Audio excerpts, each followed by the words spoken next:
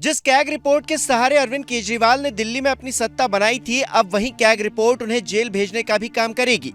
यही चर्चा आज दिल्ली की गलियों में हो रही है, क्योंकि रेखा गुप्ता ने सीएम बनते ही दिल्ली की विधानसभा में सीएजी की रिपोर्ट को पेश किया है। इस रिपोर्ट में कई चौंकाने वाले खुलासे हुए हैं, जिन्होंने केजरीवाल और उनकी पार्टी पर सवालों की तीखी तलवार लटका दी है। पहले ग्राफिक्स के जरिए आपको बताते हैं कि रिपोर्ट में क्या क्या खुलासे हुए हैं जो केजरीवाल पर भारी पड़ने वाले हैं। दिल्ली की नई मुख्यमंत्री रेखा गुप्ता ने विधानसभा में सीएजी की रिपोर्ट को पेश किया। शराब घोटाले को लेकर कैग की रिपोर्ट में कई बड़े खुलासे हुए हैं। रिपोर्ट से पता चलता है कि दिल्ली के अंदर शराब पॉलिसी बदलने की वजह से करीब 2002 करोड़ रुपए का नुकसान हुआ है। आम आदमी पार्टी की रिटेंडर प्रक्रिया से 890 करोड़ रुपए का घाटा हुआ है। जोनल लाइसेंस जारी करने में छूट देने से भी करीब 940 करोड़ रुपए का नुकसान हुआ है। कुछ शराब रिटेलर्स ने तो पॉलिसी खत्म होने तक लाइसेंस जारी रखे थे। ये तो कुछ शराब घोटाले से जुड़े खुलासे थे। इसके साथ ही केजरीवाल की हार का एक कारण रहे शीश महल पर भी रिपोर्ट में कई खुलासे हुए हैं।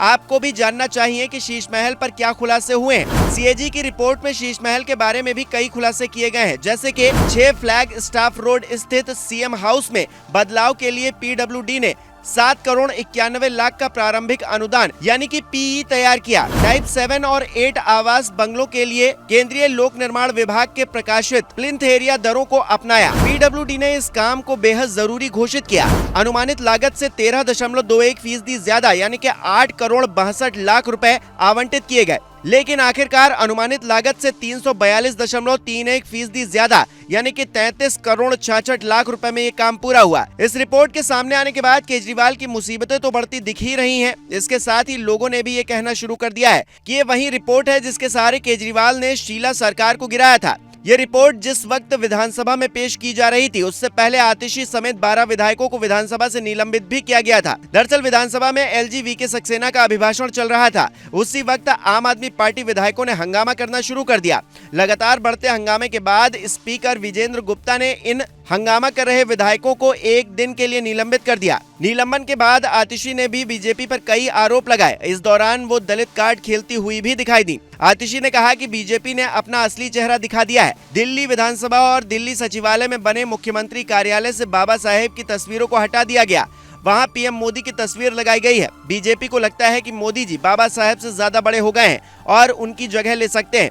भाजपा के बड़े नेता गृह मंत्री अमित शाह ने संसद में कहा था कि अंबेडकर बोलते रहते हैं। सिरसा जी के कार्यालय से कपिल मिश्रा के कार्यालय से बाबा साहेब और भगत सिंह की तस्वीरें हट गई हैं।